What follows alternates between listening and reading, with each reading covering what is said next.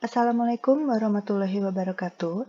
Di video kali ini kita masih membahas praktikum audit dari bukunya Sukrisno Agus dan masih dengan kasus audit di PT Sugus tahun buku 2018. Kita masuk ke modul 6 yaitu pembahasan tentang siklus perolehan dan pembayaran investasi. Nah, di dalam modul 6 ini, untuk kertas kerja pemeriksaannya, kita hanya akan menggunakan satu indeks, yaitu indeks H saja, untuk schedule investasi. Untuk yang indeks double H1 dan double H2 ini adalah surat konfirmasi yang dikirimkan ke PT PUH dan PT Piglet, ya.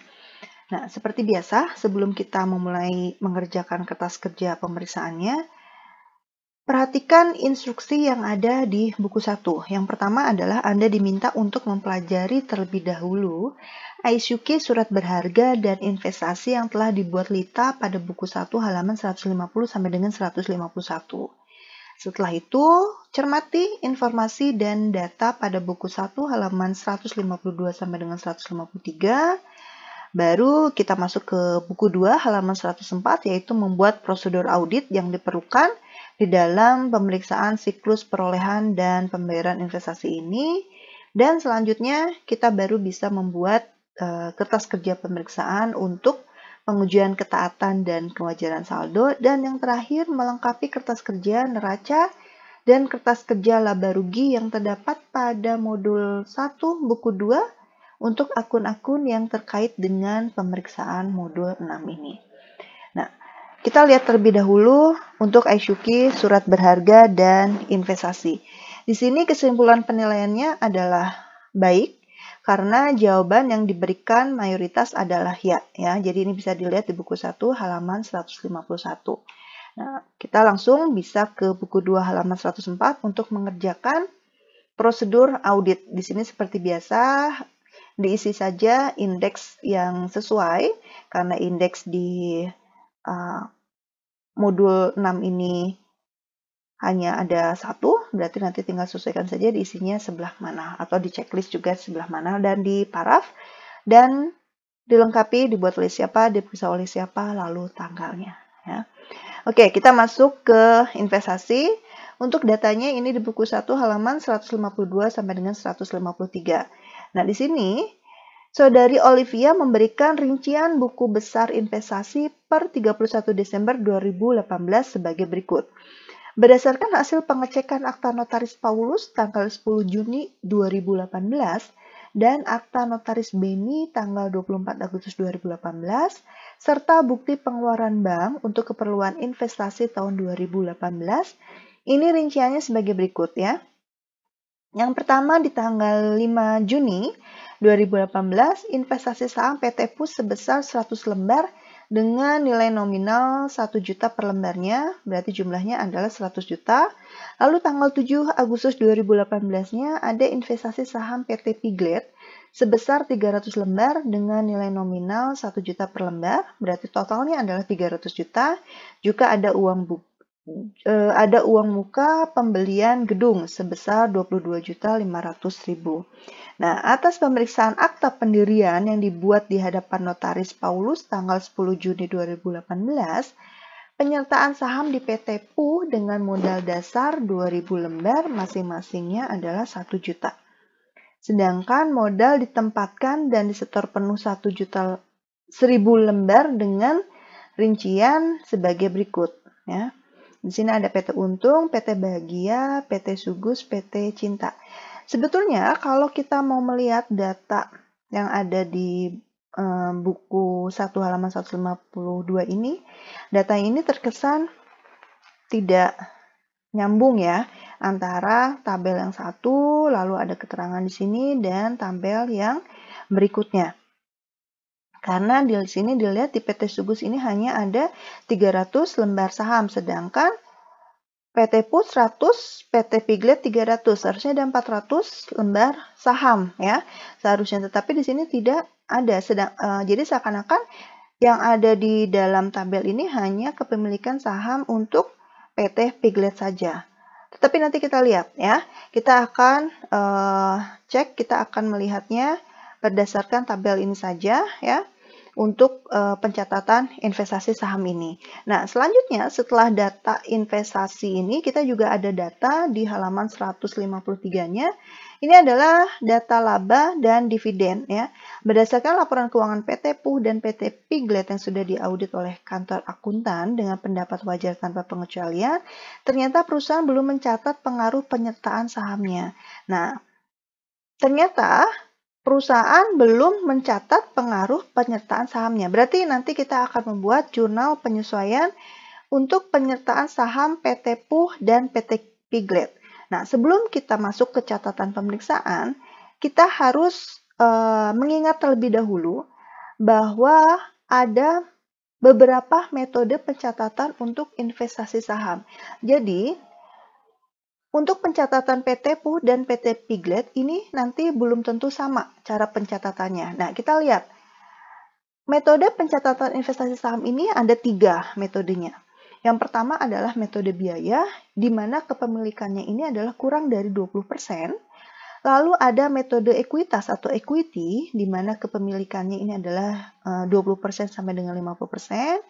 Dan selanjutnya ada metode konsolidasi, di mana kepemilikannya ini lebih dari 50%. Nah, lalu bagaimana untuk PT PUH dan PT Piglet? Kita lihat satu-satu. Untuk kepemilikan saham PT Sugus terhadap saham PT PUH, ya kita lihat PT PUH 10%. 10% dari mana? Kita lihat lagi. PT PUH ini memiliki 100 lembar saham. 100 lembar dari 1000 berarti adalah 10 lembar. Maaf, 100 lembar dari 1000 berarti adalah 10% ya. Berarti karena 10% berarti di sini PT PUH kurang dari 20% kepemilikannya. Karena kurang dari 20%, PT PUH menggunakan metode biaya.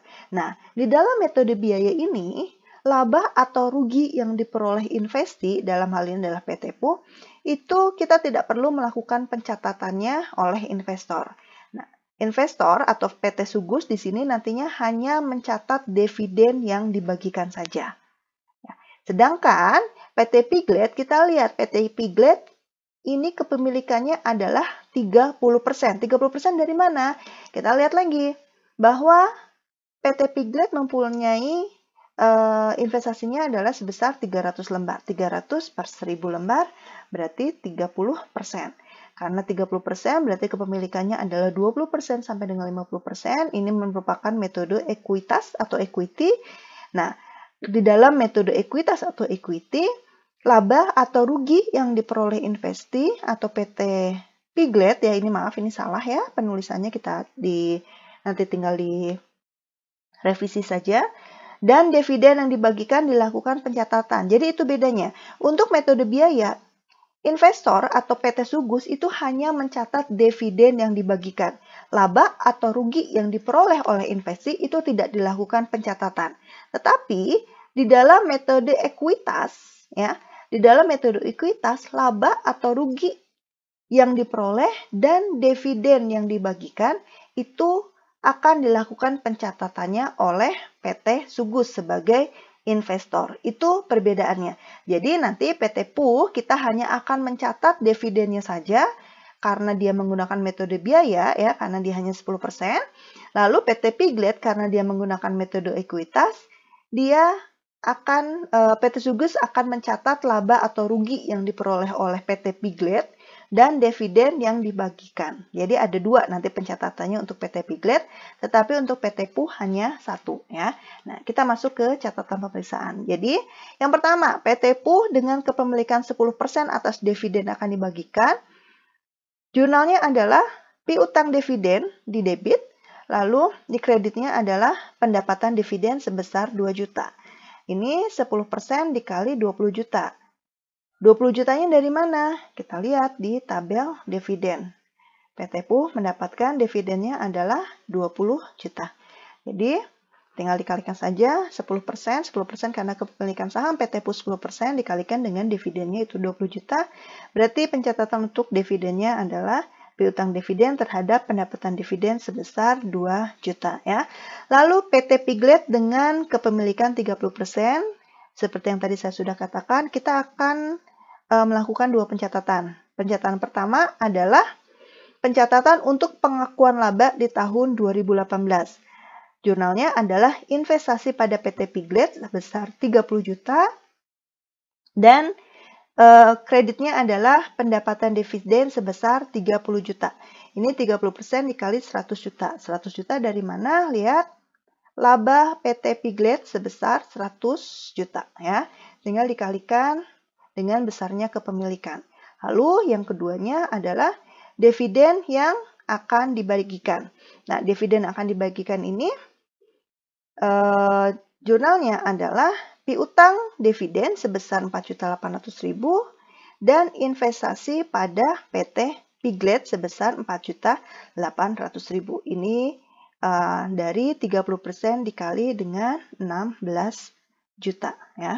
Ini dividennya adalah 16 juta. Oke, ya. Ini adalah jurnal penyesuaian yang diusulkan oleh auditor terhadap pencatatan kepemilikan atau pencatatan penyertaan saham PT Puh dan PT Piglet. Nah, nanti hasil dari catatan pemeriksaan ini, temuan kita ini, kita akan masukkan ke indeks H untuk schedule investasi, yaitu di buku 2 halaman 105. Kita lihat saja, investasi di PT Puh.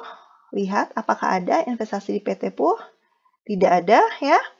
Berarti dikosongkan saja. Dan investasi di PT Piglet ada di debit sebesar 30 juta dan di kreditnya 4.800.000. Kita tinggal masukkan. Lalu dibuat perhitungannya dan kita akan mendapatkan saldo per audit untuk 31 Desember 2018 sebesar 447.700.000. Nah, kita cek setelah kita mendapatkan saldo per audit 447.700.000 ini, kita akan cek investasi PT Puh apakah betul seperti ini. Nah, kita lihat ceknya bagaimana, kita cek di surat konfirmasi yang dikirimkan ke PT Puh dan PT Piglet. Itu ada di buku 2 halaman 107 untuk yang PT Puh ya.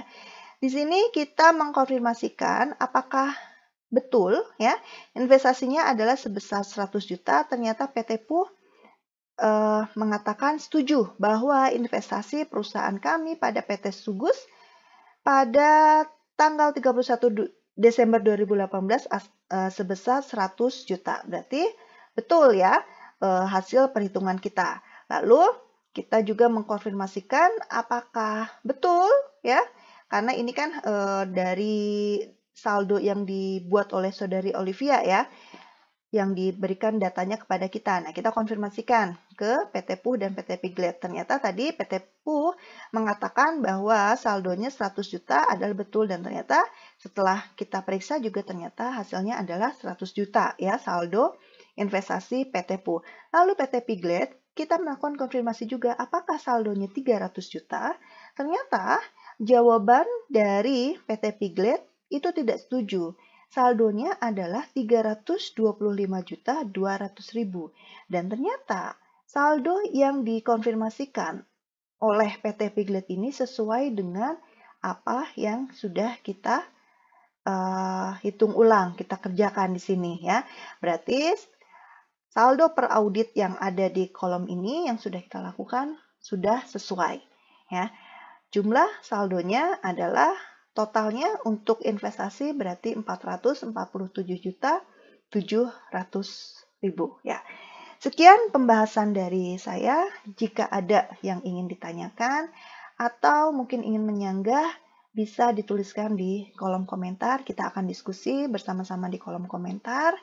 Dan jika ada yang ingin disampaikan juga bisa dituliskan di kolom komentar. Semoga pembahasan modul 6 ini bisa diikuti dengan baik, bisa dapat dipahami. Terima kasih. Assalamualaikum warahmatullahi wabarakatuh.